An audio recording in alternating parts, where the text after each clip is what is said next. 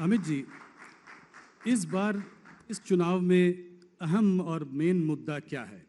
क्या फिर से एक बार मोदी जी पर भरोसा, मोदी जी के लिए प्यार, या फिर भूपेंद्र जी का प्रदर्शन भी इस बार एक बड़ा मुद्दा रहेगा? आप दोनों को अलग नहीं कर सकते हो। 1990 से लेकर आज तक भारतीय जनता पार्टी गुजरात में एक भी चुनाव नहीं हारी।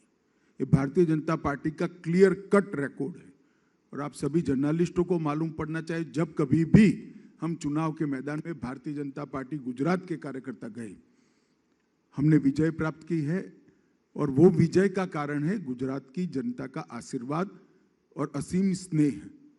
और मैं मानता हूं कि हमने गुजरात की जनता की अपेक्षा पर खरा उतरने के लिए कोई कसर नहीं छोड़ी है।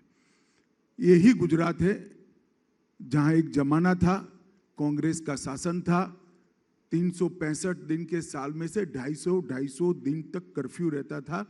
आज गुजरात के 20 साल के लड़के को अगर पूछ ले कि भैया कर्फ्यू क्या होता है, तो जनरल नॉलेज में वो फेल हो जाएगा। जनरल नॉलेज के एग्जाम में उसने कर्फ्यू देखा ही नहीं। मैं खुद विद्यार्थी परिषद के काम के लिए पोरबंदर गया था। एक लेमरेटा स्कूटर के पीछे बैठकर मैं जा रहा था। पोरबंदर की सीमा शुरू होती थी, वहां पर एक बोर्ड लगाया था दबंगों ने कि यहां से पोरबंदर शुरू होता है, कानून और व्यवस्था की हद यहां पर पूरी होती है। नोटिफिकेशन निकालकर कांग्रेस सरकार ने पोरबंदर की जेल को बंद करना पड़ा था, क्योंकि जेल चलाना वहां संभव नहीं था।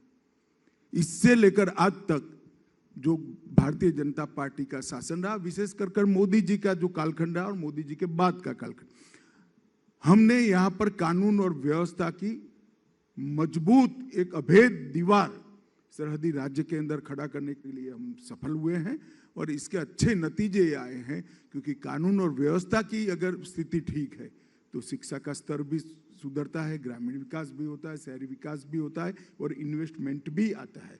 तो इन टोटो गुजरात के डेवलपमेंट में बहुत अच्छे तरीके से हम परफॉर्म कर पाए हैं।